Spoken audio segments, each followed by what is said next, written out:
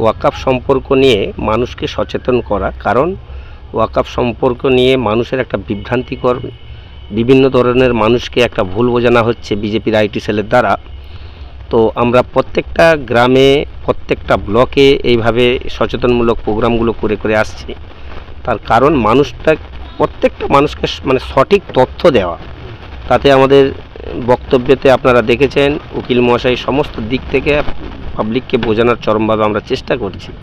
আর যেভাবে IT cell work করছে বিজেপির, আরএসএসের যে তাদের যে মূল এজেন্ডা, সেই এজেন্ডার থেকে আমরা কিভাবে তাদের মানুষকে সচেতন করতে পারবো, সেই জন্য এই সচেতন শিবির, ওয়াকফের যে সচেতন শিবির, এটা প্রত্যেকটা ব্লকে ব্লকে, গ্রামে, আমরা তো আজকে গ্রামে অত্যন্ত নন্দকুমারের এই গ্রামেও করতেছি। তার কারণ একটাই, যে মানুষকে ভুল যেটা বোঝানো হচ্ছে বাস্তব তো সেটা নয়। ওয়াকফের যে অ্যামেন্ডমেন্টটা নিয়ে আসা হয়েছে মানুষকে চাপানো হচ্ছে। আমাদের এখানে প্রত্যেকটা বিষয়বস্তু নিয়ে সবাই অবগত করেছে, বিস্তর মানে এত সুন্দরভাবে মানুষকে বোঝানো হয়েছে।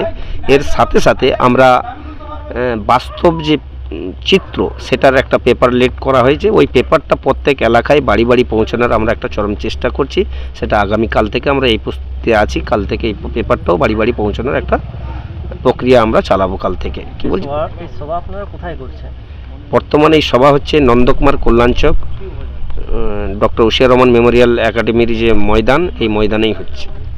এই সভাতে কোন কোন বিশেষ ব্যক্তি উপস্থিত ছিলেন? এখানে আপনি জানেন ভালোভাবে, ইমতিয়াজ মোল্লা মশাই আছেন, জাফরুল্লাহ দা আছেন, আর আমার রাজীব দা আছে, আমাদের সনদদা রয়েছে, আরও বিশিষ্ট উমর ফারুক রয়েছে, অনেকেই ছিল। এক এক করে বক্তব্য রেখে রেখে বেরিয়েছে। বর্তমান আমরা 5-7 জন রয়েছি লাস্ট বক্তা হিসেবে যারা ছিলেন তারা আছেন। আর প্রত্যেকের বক্তব্য রেকর্ড আছে, আপনারাও দেখেছেন। আর বিস্তারভাবে যারা দেখছেন এই ক্লিপগুলো, এত সুন্দরভাবে আমি যত ভিড়ের প্রোগ্রামগুলো দেখেছি তার থেকে আজকের প্রোগ্রামটা খুব শান্তিপ্রিয়ভাবে হয়েছে, কোনো হোলহট্টা ছিল না, আর মানুষ খুব তৃপ্তি পেয়েছে ভাষণগুলো শুনে। পরবর্তী কর্মসূচি নিয়ে কি বলবেন? পরবর্তী কর্মসূচি এখন 3 দিনের যে স্থগিত রয়েছে 26 তারিখ পর্যন্ত, 27 তারিখ থেকে আমাদের এই পেপার লিকগুলো হবে। আর বাকি হচ্ছে ব্রিগেডের যে প্রোগ্রাম, সেটার একটা প্রস্তুতি আছে, সে ডেটটা জানানো হলে সকলকেই জানানো হবে। আপনার নাম? আমার নাম শেখ মাতিন, আজকের আহ্বায়ক। আজকে সভা দেখছেন সচেতনতার জন্যই, ফেস্টুন দেখছেন।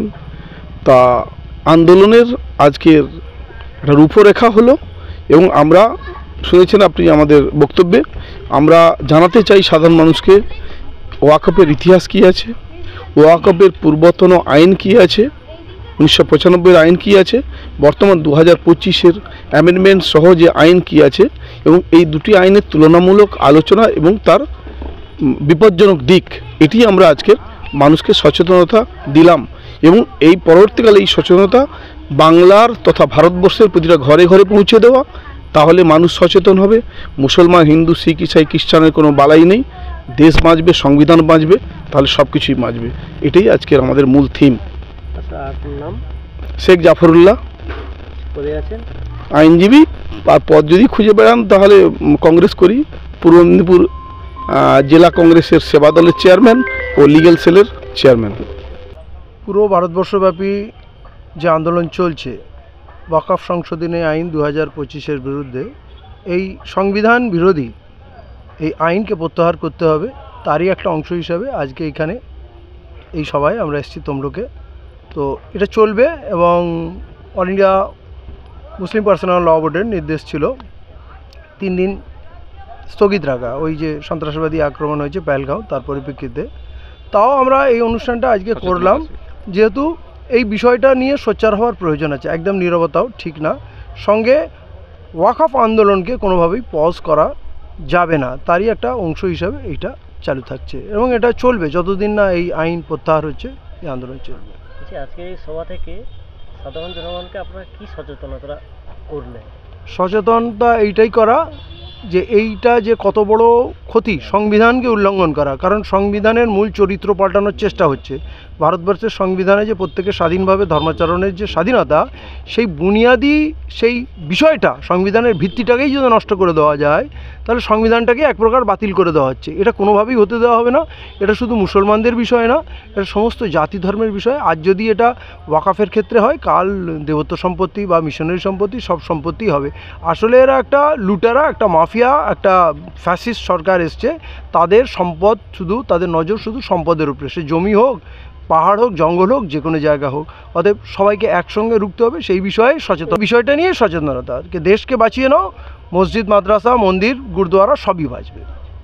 আপনার নাম? আমার নাম ইমতিয়াজ আহমদ মোল্লা। পদে আছে? আমি আজাদ সমাজ পার্টির পশ্চিমবঙ্গের দায়িত্বে আছি।